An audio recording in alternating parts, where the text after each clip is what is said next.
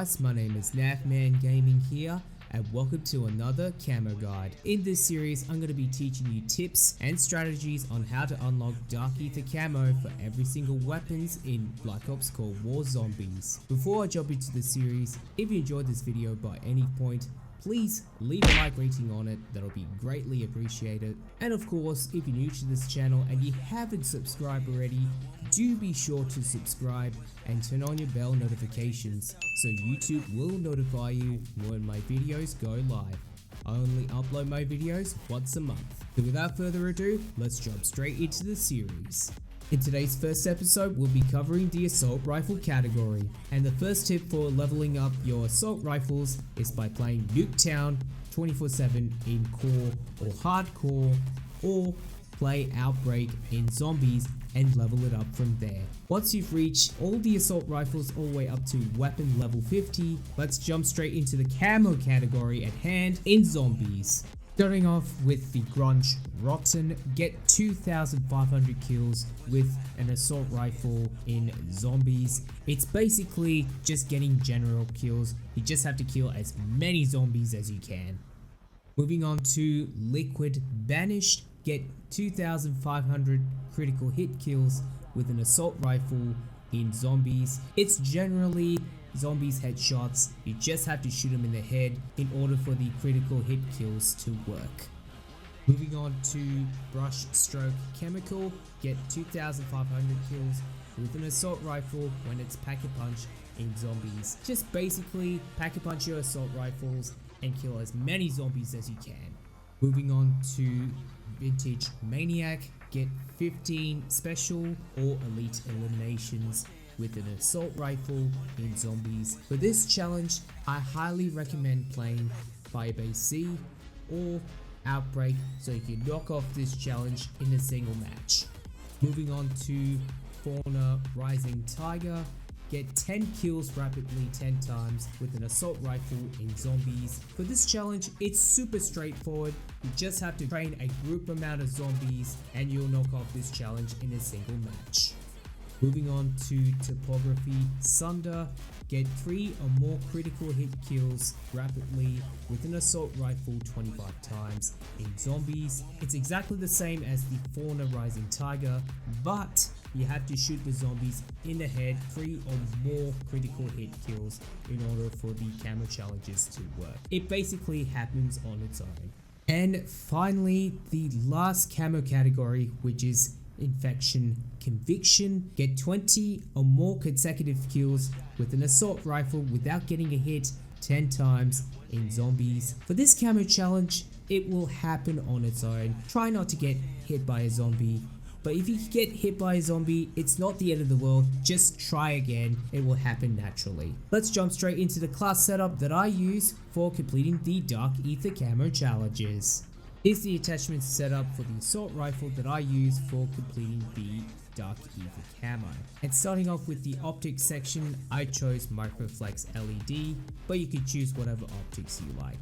Moving on to the muzzle section, I chose the SOCOM Eliminator that gives you increased equipment drop rate and 15% of vertical recoil control, which is nice, so it steadies your assault rifle recoil so it doesn't bounce upwards. And the downside to the attachment is you lose 10% of shooting move speed and 15% of horizontal recoil control, which generally speaking, it doesn't really matter. You're just focusing on the camo challenges itself. Moving on to the barrel section, I chose the 19.7 Ranger barrel that gives you 126 bullet velocity, which is nice. And the downside to this barrel is you lose 20% of aim walking movement speed, which generally speaking, it doesn't really matter. The other option for this barrel is I highly recommend choosing Task Force barrel that gives you good effective damage range, damage, and bullet velocity.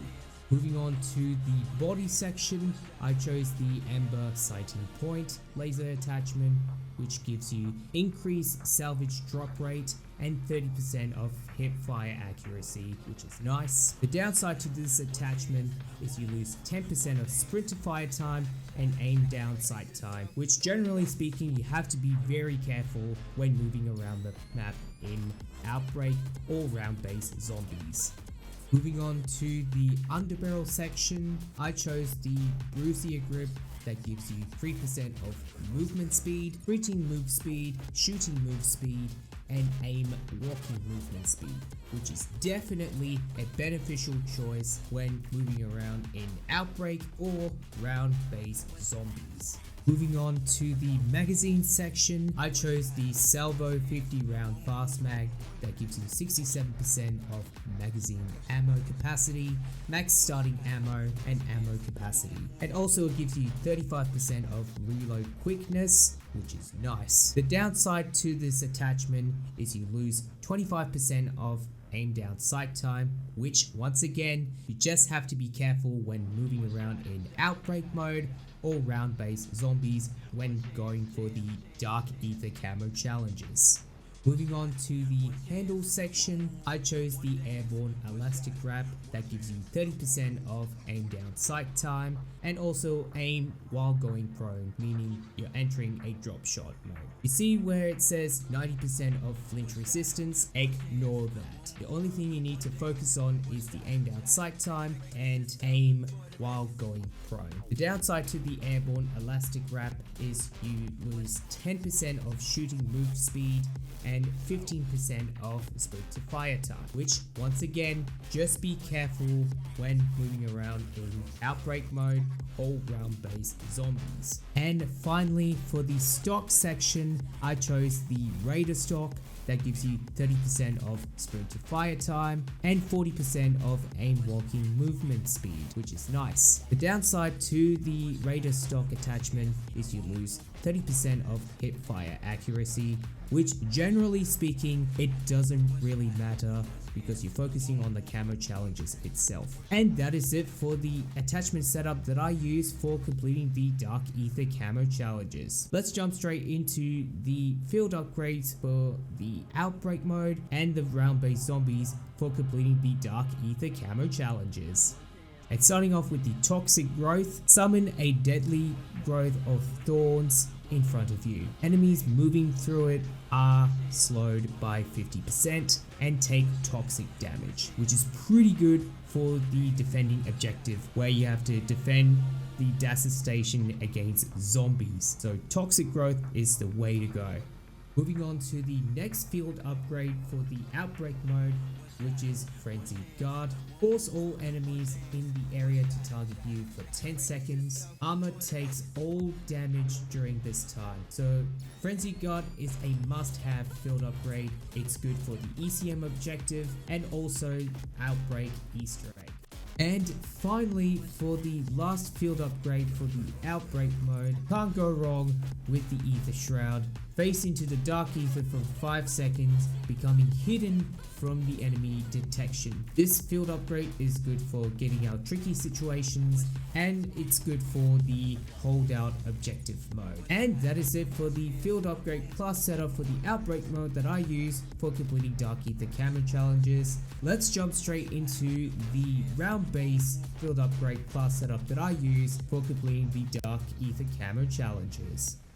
So diving straight to the field upgrade class setup, the number one field upgrade that I use for the round-based zombies for completing the Dark Aether Camo challenges, I will go for the Ring of Fire. If you guys don't know how Ring of Fire works, I made an episode for the Camo Guide series for the SMG category, so go check it out. And that is it for the field upgrade class setup that I use for the round-based zombies. Let's jump straight into the strategies that I use for completing the Dark Aether Camo challenges for the round-based zombies and also Outbreak mode.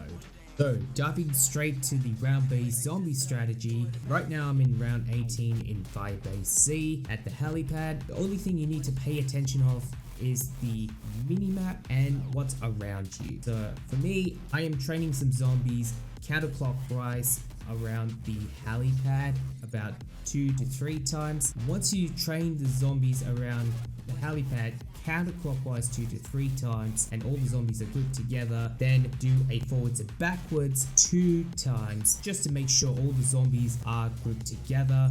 And once all the zombies are grouped together, then bring them straight to the halfway mark between the tombstone machine and the helicopter tail. Once you bring them halfway mark, then stand near to the gate and then pop your Ring of Fire field upgrade and shred some zombies that are grouped together. And that's the strategy that I use for the round based zombies for completing the Dark Aether Camo challenges. Moving on to the next strategy, which is the Outbreak Strategy that I use for completing the Dark Aether Camo challenges. As I am leveling up my weapons for the assault rifle, apparently you can complete the camo challenges in Outbreak. That is right, you can complete the camo challenges in Outbreak as you're leveling up your assault rifles. That means you don't need to go into round based zombies and complete the camo challenges specifically in round based zombies. Just jump straight into Outbreak and kill a load of zombies as you're leveling up your weapons and completing the camo challenges at hand. Once you've unlocked all the camo challenges for the assault rifles, you'll unlock Golden Viper. And once you've unlocked Golden Viper for every single assault rifles, you'll unlock Plague Diamond. And once you unlock Plague Diamond for every single primaries and secondaries in zombies, you will unlock the Mastery Camo, which is called Dark Aether Camo. And there you have it. That's gonna wrap today's camo guide for the assault rifle category. I'd like to know your thoughts in the comment section down below. What do you guys think about the tips and strategies that I use for completing the Dark Aether Camo for the assault rifle category? Is it useful, not useful, does it need improvement, or somewhere in between? Please let me know in the comment section down below. If you guys missed out my previous episode of Camo Guide, I'll leave a playlist link in the description down below, so go check it out. If you guys want to keep up to date with me outside of YouTube, all my social media links are in the description down below, so go check it out. As always, until next time guys, have a good day and see yous laters.